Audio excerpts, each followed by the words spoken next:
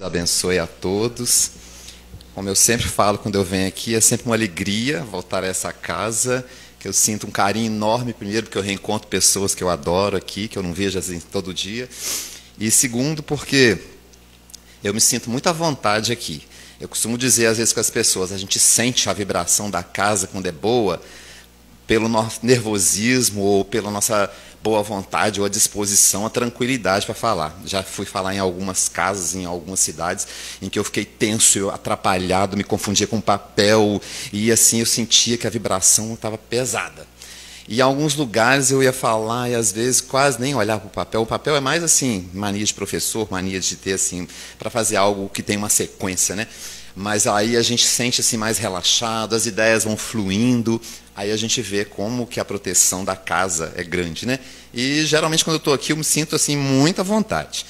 E como a Cristina falou ali no início, né, que eles sejam amparados pelos trabalhadores da casa, intuído, eu acho que eles já começaram a me intuir ali enquanto eu estava sentado. Porque enquanto ela falava da questão do socorro espiritual, do tratamento, né, que é para aqueles casos mais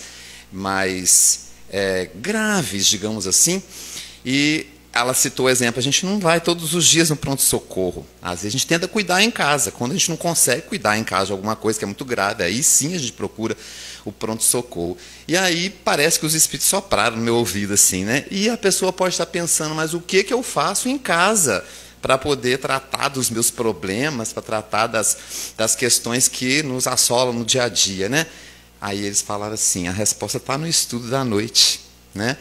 Porque nós escolhemos falar sobre fé e confiança. Quando o Pedro Paulo nos perguntou, né, se podia vir, eu perguntei, não sei se ele ia falar o tema, se eu ia escolher, eu falei, não, deixa a sua escolha. Eu falei, vamos falar então de fé e confiança. Na verdade, vocês vão ver que eu não vou falar de duas coisas distintas. Na verdade, eu poderia colocar um acento nesse E aí. Fé é confiança, porque o que eu vou utilizar aqui, na verdade, nada do que eu vou falar é meu, tudo é de Emmanuel. Estou me baseando aqui em 4 textos, principalmente de Emmanuel, do livro Pensamento e Vida, do livro Caminho, Verdade e Vida e do livro Pão Nosso.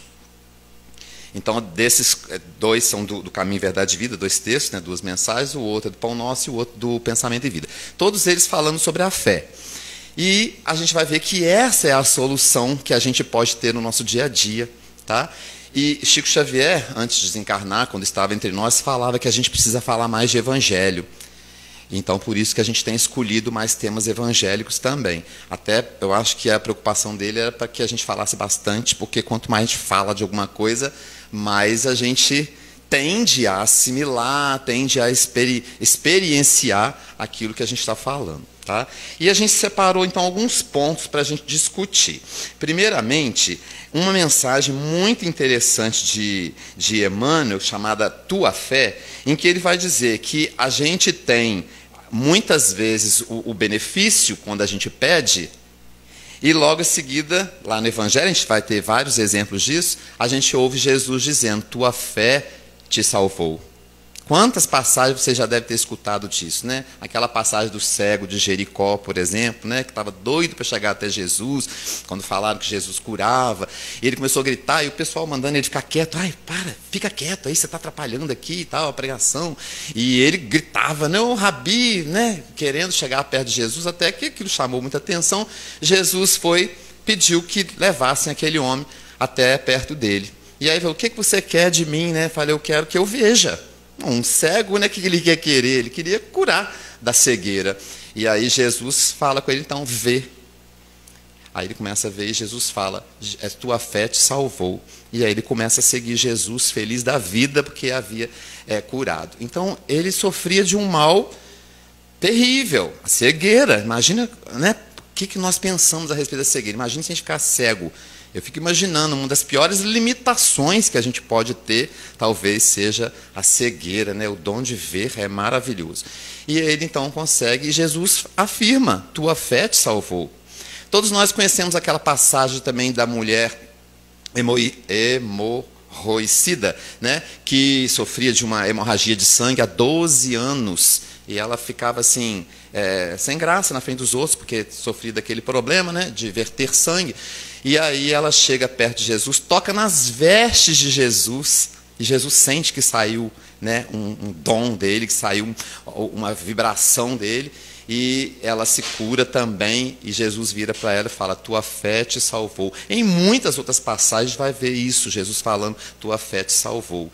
Então é importante a gente saber, conhecer um pouco sobre a fé, falar, a gente tem fé, como que a gente pode se sustentar na fé? Porque ela é capaz de curar muita coisa, pois sei lá no Evangelho nós temos tantas passagens assim, com Jesus curando, e ele dizendo que não foi ele, na verdade, que curou, mas a fé da pessoa. Então esse é o primeiro ponto que a gente queria chamar a atenção.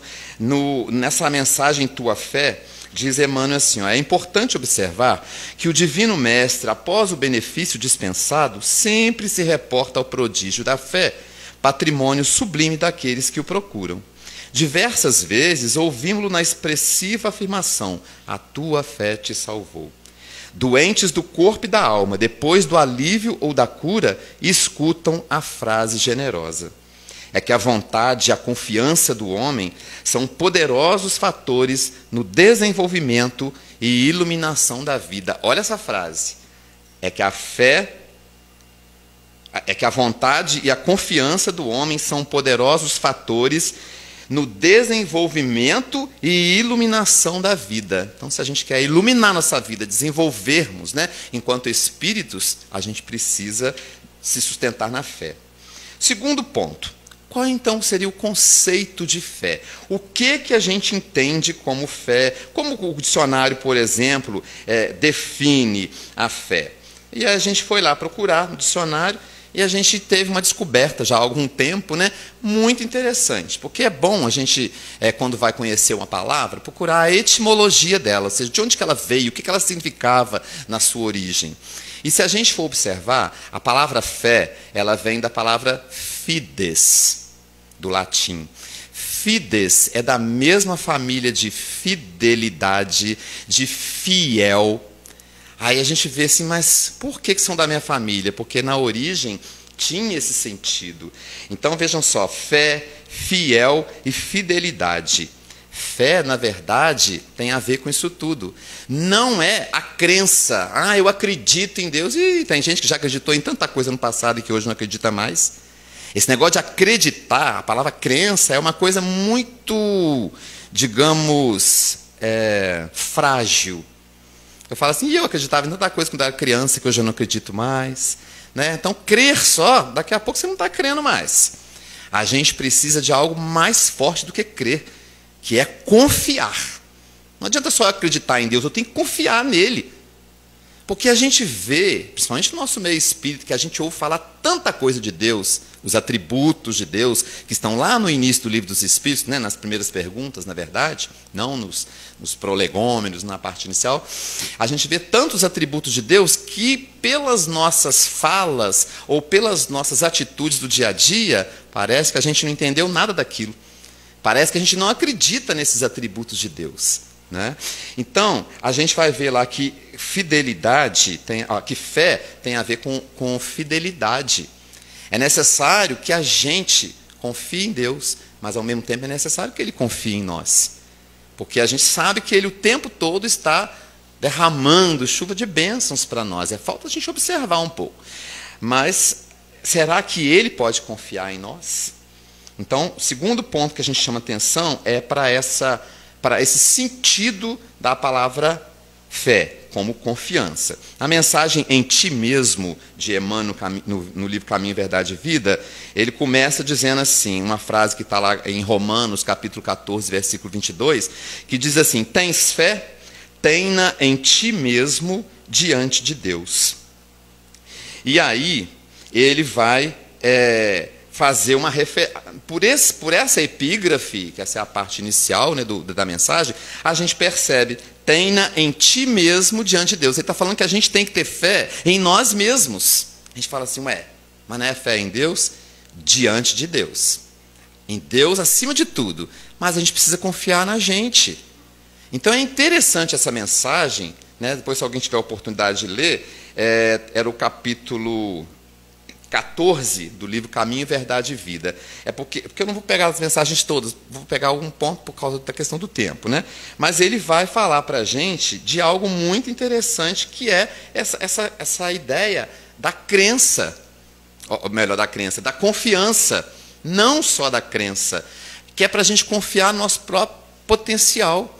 Nós sabemos que muitas pessoas só conseguem atingir o sucesso. Existem até livros aí falando sobre isso, O Segredo.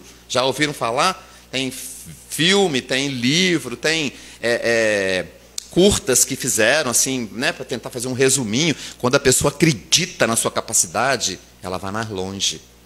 E quando a gente consegue, a gente vai ver um pouquinho mais à frente aqui, só para não perder, senão depois eu fico no que ele vai e volta, né? Não, daqui a pouco eu volto aqui. A gente pode aumentar essa fé. Como, né? A nossa fé pode ser expandida, igual a gente faz com uma lente e coloca-se no sol e a gente consegue fazer aquele poder, aquela luz do sol ficar mais forte, a ponto até de queimar, né? A gente consegue fazer a nossa fé também engrandecer.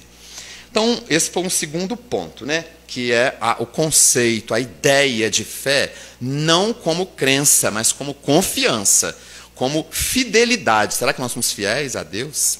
Né?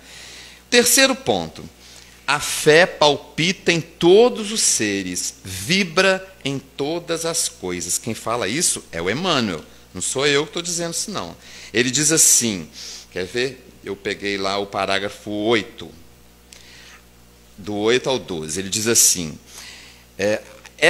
a fé não encontra definição no vocabulário vulgar. É força que nasce com a própria alma, certeza instintiva na sabedoria de Deus, que é a sabedoria da própria vida.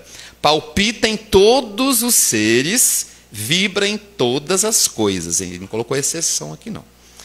Mostra-se no cristal fraturado que se recompõe, humilde, e revela-se na árvore decepada que se refaz gradativamente, entregando-se às leis de renovação que abarcam a natureza. Essa frase agora aqui, gente, eu até negritei, porque eu achei fantástica. Todas as operações da existência se desenvolvem, de algum modo, sob a energia da fé. Ele está querendo dizer que tudo na vida, de alguma forma, acontece por conta da fé, sob a energia da fé. Então ele cita, olha, confia o campo no vigor da primavera e cobre-se de flores. Fia-se o rio na realidade da fonte e dela não prescinde para a sua caudal larga e profunda. E agora ele veio com um exemplo pequenininho, bobo do nosso dia a dia, que eu parei no dia e fiquei pensando, eu até me arrepio quando eu falo. Olha o que ele fala. A simples refeição é para o homem espontâneo ato de fé. Alimentando-se, confia ele nas vísceras abdominais que não vê. Ou seja, até no momento que a gente está comendo, fazendo uma refeição, é um ato de fé, porque a gente está acreditando, está confiando que ali dentro tudo vai ser trabalhado de tal forma que vai ser aproveitado o que é vitamina, o que é proteína, o que é isso, o que é aquilo, e aquilo que não for mais preciso vai sair em forma de excremento, através das nossas fezes. Quando a gente come, a gente não está parando para pensar, mas a gente está confiando que isso tudo vai acontecer, que esse processo todo vai acontecer. Isso é um ato de fé, é um ato de confiança. A gente não está só acreditando, a gente está confiando. Então ele fala que tudo ao nosso redor, e dá o exemplo do campo, da flor, da árvore, do rio, né? Tudo, na verdade, está sob a energia da fé. Isso é muito... O Emmanuel é muito poético, ele é muito minucioso na sua interpretação do Evangelho, e por isso nós escolhemos os textos dele para poder tratar dessa questão evangélica da fé. Então, está claro aí para nós que a fé palpita em todos os seres, que ela vibra em todas as coisas. E aí a gente vai para uma outra mensagem dele, voltando àquela que a gente estava falando agora há pouco aqui, intitulada Em Ti Mesmo, onde ele vai colocar para a gente o seguinte: os que vivem na certeza das promessas divinas são os que guardam a fé no poder relativo que lhes foi confiado, e, aumentando-o pelo próprio esforço, prosseguem nas edificações definitivas com vistas à eternidade. Ou seja, aquelas pessoas que têm certeza nas promessas de Deus, que confiam, na verdade, em Deus, né, são as que guardam a fé no poder relativo que a gente tem. Que a gente tem um poder relativo, nosso poder não é total, não é? Poder total quem tem é Deus. Mas se a gente consegue, se a gente tem essa fé, essa confiança em Deus, a gente consegue ampliar, segundo ele aqui, aumentando-a pelo próprio esforço, prosseguem nas edificações definitivas com vistas à eternidade. E aí eu me lembro sempre nessa hora de uma historinha que eu já devo ter contado aqui outras vezes, uma historinha de uma mãe que saiu, o filho gostava muito de piano, uma criança muito novinho, mas ele gostava de piano. E para incentivar mais o garotinho, né, ali no piano, ela foi com ele assistir um recital de um grande pianista. Isso foi num teatro, né, cortinas e tudo, uma sessão solene, digamos assim, de apresentação de um recital. Levou o menino, porque ela falou assim, ele vai tomando gosto pelo negócio, já que ele gosta tanto, né, ele vai tomar. Ele já sabia até tocar algumas coisinhas, por exemplo, cai, balão, etc. E a mãe ali, estando no teatro, encontrou com uma amiga que não via há algum tempo, e aí resolveu ir lá conversar com a amiga, ali pertinho, né, foi lá, enquanto o menino estava sentadinho ali, mas criança, a gente sabe como é que é, né? Não para um segundo. Enquanto a mãe foi ali conversar com a amiga um pouquinho, o menino já saiu do lugar, já começou a andar, subiu uma escadinha, que era a escadinha que ia dar lá no palco, no camarim e no palco. Aí entrou no palco, as cortinas estavam fechadas ainda, ninguém estava vendo que ele estava entrando. Sentou no mocho, né, que é o banquinho lá do piano. E aí nisso a cortina se abre, estava na hora de começar o evento. Quando a mãe vê a cortina abrindo, ela se dá conta, o filho dela estava lá no palco, sentado ao piano, e começou a tocar Cai, balão. Criança viu um piano, eu vou tocar o que eu sei, né? E começou a tocar o Cai, balão. Nisso, quem entra, o pianista lá, o Paderewski lá, o grande, né? Que ia fazer o concertista lá, que ia fazer o concerto, e ele chega atrás do menino, que aqui ia ser uma situação desconcertante, a mãe não sabia o que ela fazia. Ele chega no ouvido do menino e fala assim, não para.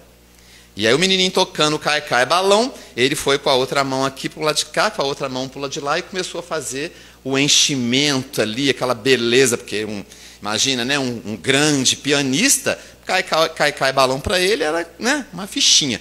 Então ele começou a fazer, e o menino tocando as notas do solo ali do Cai, balão, e ele fazendo aquele enchimento, tornando aquele momento que ia ser uma situação desconcertante, virou um momento mágico, lindo, todo mundo aplaudindo, todo mundo achando lindo, aquela inocência da criança, né? E a sutileza, aquela, como é que eu posso dizer? Aquele tino que o pianista teve, né, de não interromper, mas de fazer o enchimento da criança ali, tornou aquele momento mágico, belo, e todo mundo aplaudindo, todo mundo achando rico aquele momento. E o que isso tem a ver com o que a gente está falando? A gente é que nem o menino. O máximo que a gente faz é um cai, balão. A musiquinha que a gente toca, no sentido do poder que a gente tem, das coisas que a gente consegue realizar, é muito pequeno diante dos braços de Jesus, diante da grandeza de Deus, quando nos envolve. Mas se a gente confia, que aí o menino ouviu ele falando, não para, confiou nele, eu vou continuar então, né? Naquela inocência, né? Ele continuou. E aí a gente é assim também, a gente consegue fazer coisas maravilhosas quando a gente está apoiado nessa crença e principalmente na confiança, não só na crença, que é o que eu quero bater nessa tecla, né? E aí, nessa mensagem fé, essa mensagem é a que está no...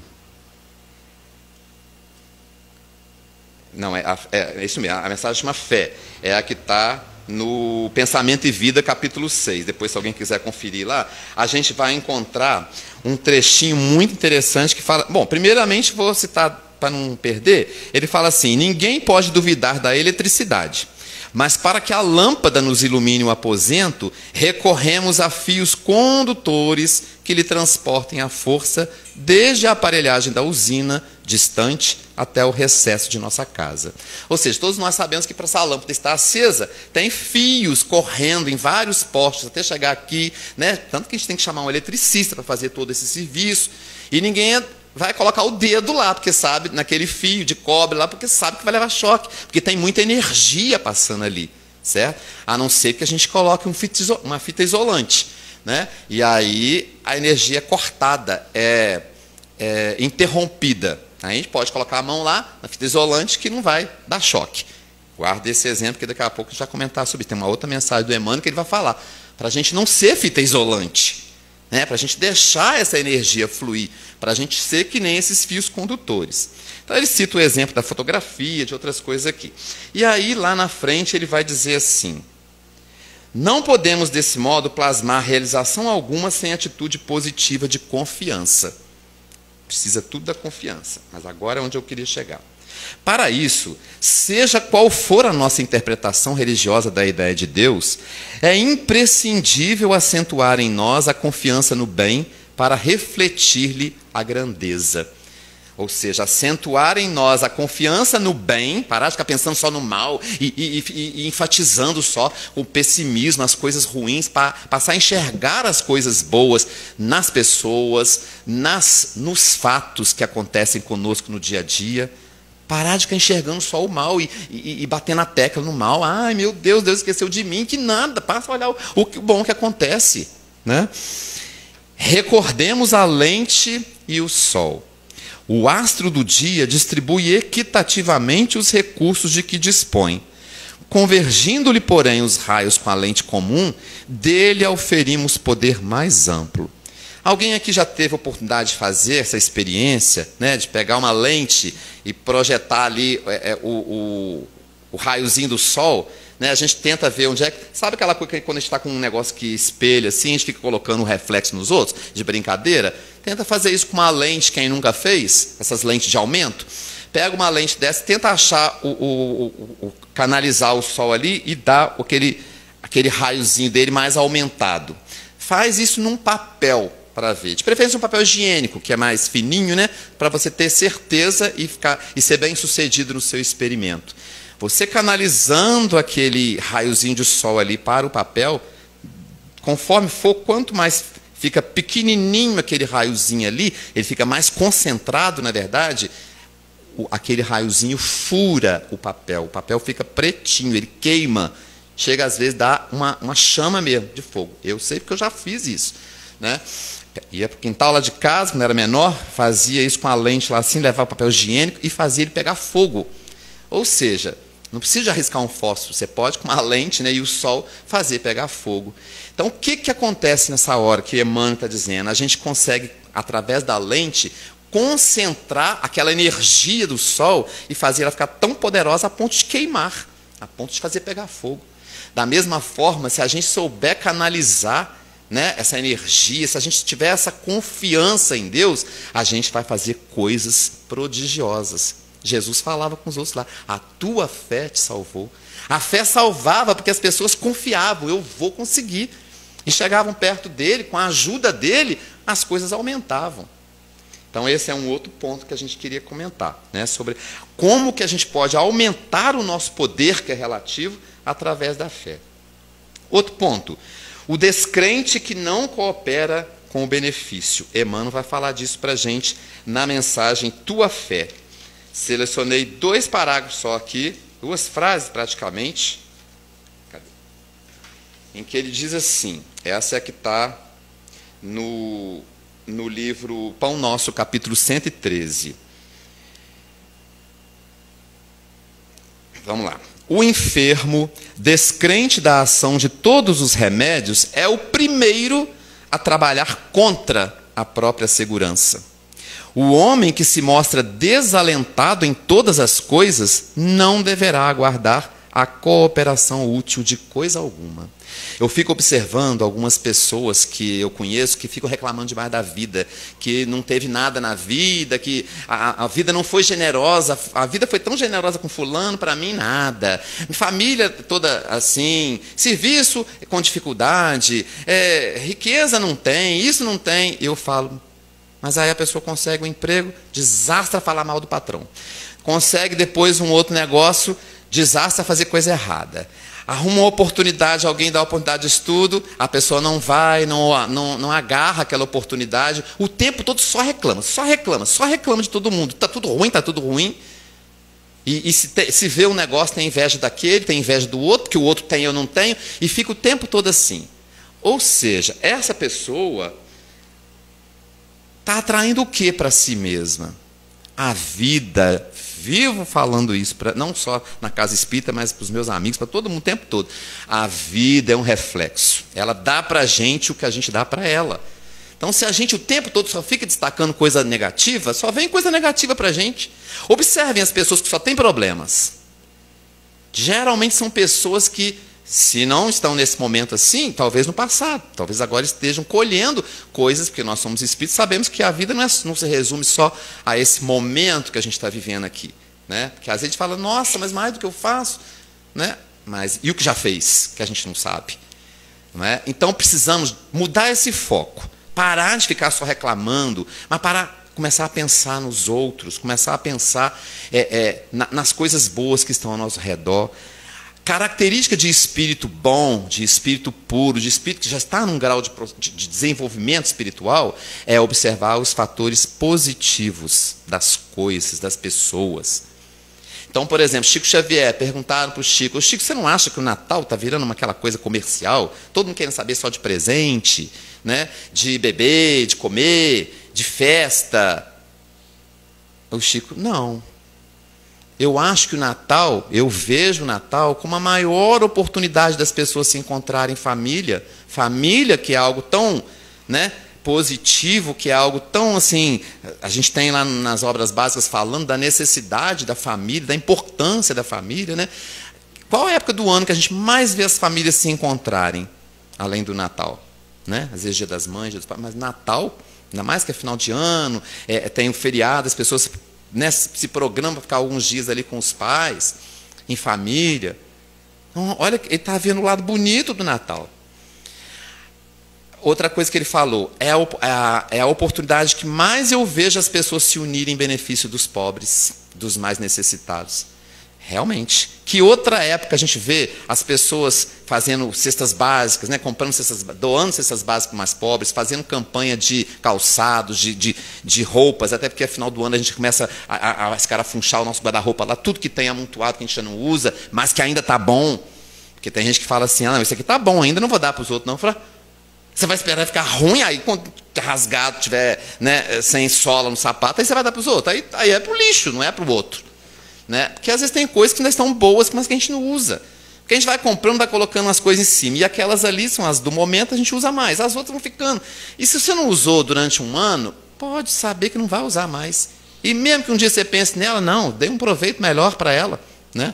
Então é a época que a gente faz mais isso. Escolhe os sapatos que já não está usando mais, escolhe as roupas que está usando mais e pensa no outro. Chico observou isso. Quer dizer, pessoas que já estão assim com um olhar para as coisas boas, não fica só bater na tecla do negativismo, do pessimismo. Isso faz a gente avançar, evoluir bastante. Então aí vem um pedacinho que Emmanuel diz, ainda nessa mensagem aqui também, o seguinte: nos empreendimentos e necessidades de teu caminho, não te isoles nas posições negativas. Porque se a gente ficar ali só nesse negativismo, só apontando as coisas ruins, principalmente nos outros, né? Que a gente tem mania de enxergar nos outros defeitos. E geralmente a gente enxerga porque a gente tem também, só que a gente não é capaz de admitir. Esse é um exercício que eu tenho feito, tem um grupo que eu participo de estudo espírita, né? Na quarta-feira, com alguns companheiros espíritas de Leopoldina, até de várias casas, online o nosso grupo. A gente estava estudando os nossos defeitos, e cada defeito que a gente estudava as qualidades depois. A gente ia vendo que a gente tem todos os defeitos que estão lá no livro. Mas quando chegava nas qualidades, a gente via que a gente tinha também. Num momento eu estou assim, no outro momento eu estou assado, isso aqui eu tenho um pouquinho disso, tenho um pouquinho daquilo, tenho um pouquinho desse defeito, mas tenho um pouquinho dessa qualidade também. A gente vai descobrindo quem a gente é. O que a doutrina espírita ensina que a gente precisa fazer? Nós precisamos nos conhecer. Santo Agostinho diz isso lá no... Não sei se é no Livro dos Espíritos, se é no Evangelho, que agora já confundi, mas ele fala lá que a gente precisa, todas as noites, fazer uma análise para a gente se descobrir, para a gente saber quem a gente é, para atacar aqueles defeitos que a gente tem, não é isso? Então a gente tem descoberto isso. O exercício que eu estou fazendo? Toda vez que alguma coisa me irrita em alguém, porque eu sou falível como todo mundo e tem coisas que a gente não suporta no outro. Aí eu começo a analisar, mas eu sou igualzinho. Eu tenho aquele mesmo defeito. Só que é difícil a gente admitir isso, né? Porque no outro a gente enxerga, mas na gente, a gente quer ser advogado de defesa em nossa causa. Mas do outro a gente é um verdadeiro advogado de acusação, né?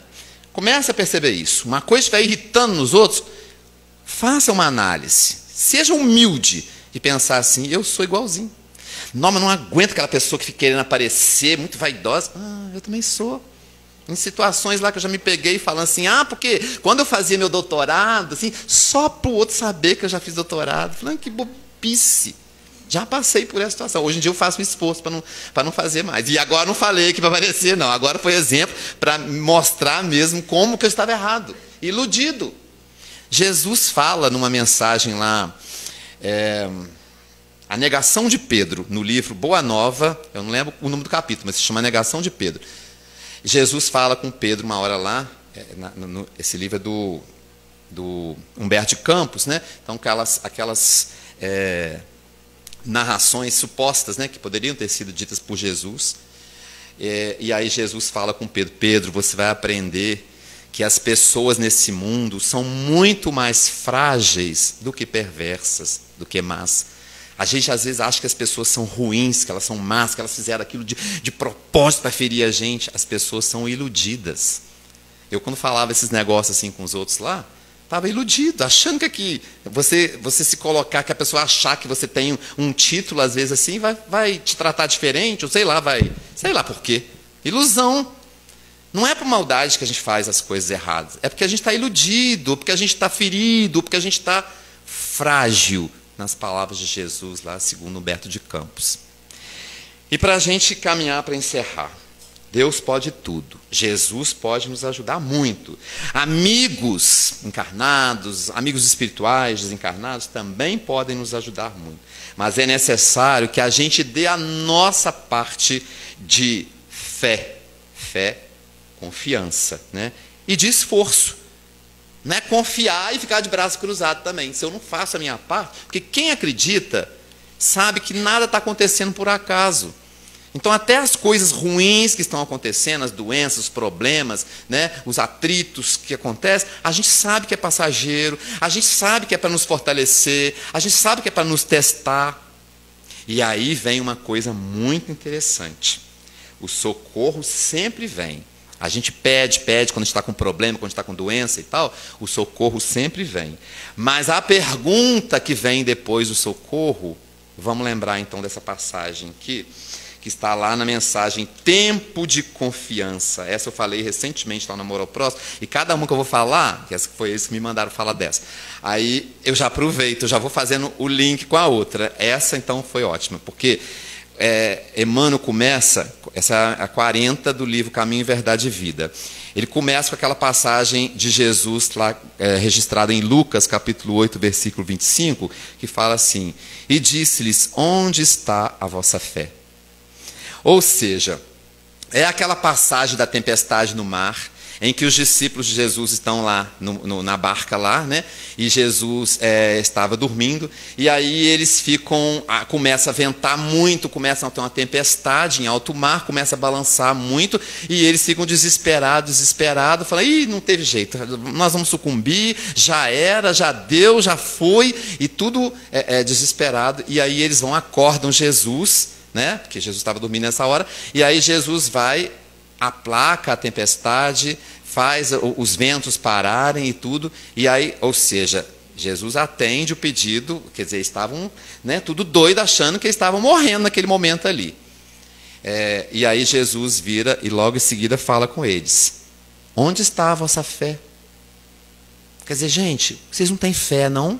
Tipo assim, Jesus estava ali com eles não acreditavam.